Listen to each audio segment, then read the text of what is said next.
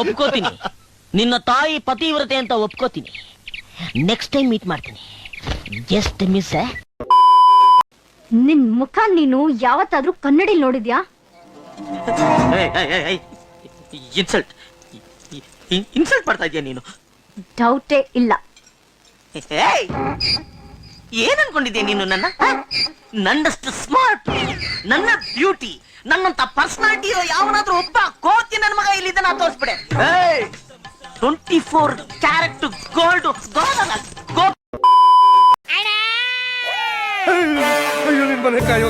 ಊಟ ಮಾಡಿ 3 ದಿನ ಆಯ್ತಣ್ಣ. ಏನಿದ್ರೆ ಹಾಕಣ. ಏನೂ ತಿಂದಿರ ಹೆಂಗಿದ್ಯಲ್ಲೋ, ಇನ್ ತಿಂದ್ರೆ ಹೆಂಗೋ ಇರ್ತೀಯ. ಮಗ ತಂದು ಆಡ್ಕಸ್ಬಿ ಅಂಡಾಳಿ. ನನ್ ಗಂಡ್ಸು ಅಂತ ಯಾರು ಹೇಳಿದ್ದು?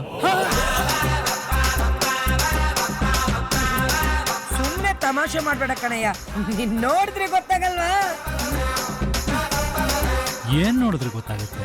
ತರ್ಲೆ ಮಾಡ್ಬೇಡ ನೀನು, ನೋಡಿದ್ರೆ ಗೊತ್ತಾಗಲ್ವಾ? ಅದೇ ಏನ್ ನೋಡಿದ್ರೆ ಗೊತ್ತಾಗುತ್ತೆ?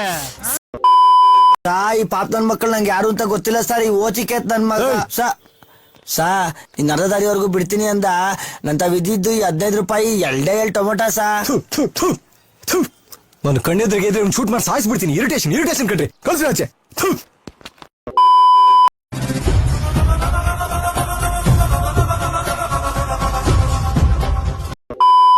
ಓಡಾಡೋ ಹುಡುಗಿರ್ಗೆ ಚುಡಾಯಿಸ್ತಾ ಚಮಕಾಯಿಸ್ತಿರ್ತೀರಾ ಅಷ್ಟೇ ತಾನೇ? ಏನ ನನಗೆ ಥೂ ಅಂದ ನೀನ? ಏಯ್, ಬೇಕಾದ್ರೆ ಚಪ್ಪಲಿ ಹೊಡೆದು ಹೊಡ್ಸ್ಕೊಂಡ್ಬಿಡ್ತೀನಿ. ಹೊಡಿಯಾ ಆದ್ರೆ ಥೂ ಅಂತ ಮಾತ್ರ ಅನ್ಬೇಡ. ನನಗೆ ಇಲ್ಲಿಂದ ಉರ್ದೋಗುತ್ತೆ. ಏನ? ಹೌದು ಸರ್.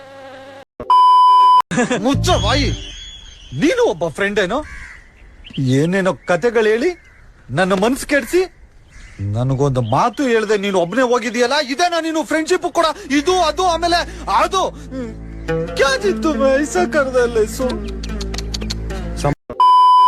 ನೀವೆಲ್ಲ ಯೂತ್ಸು ಏನ್ ಪರ್ಸನಾಲಿಟಿ. ಕೊತ್ತಂಬರಿ ಸೊಪ್ಪು ಬರ್ತಾರ ಬಾಡಿ, ನುಗ್ಗೆಕಾಯಿ ತರ ಕೈಕಾಲು. ಹಂಗ ಅಲ್ಲ, ಹೆಂಗಿರ್ಬೇಕು ಕಂಡ. ಯೂತ್ ಬೇಕಾಗಿರೋದು ಕಂಡ ಅಲ್ಲ, ಗುಂಡಿಗೆ.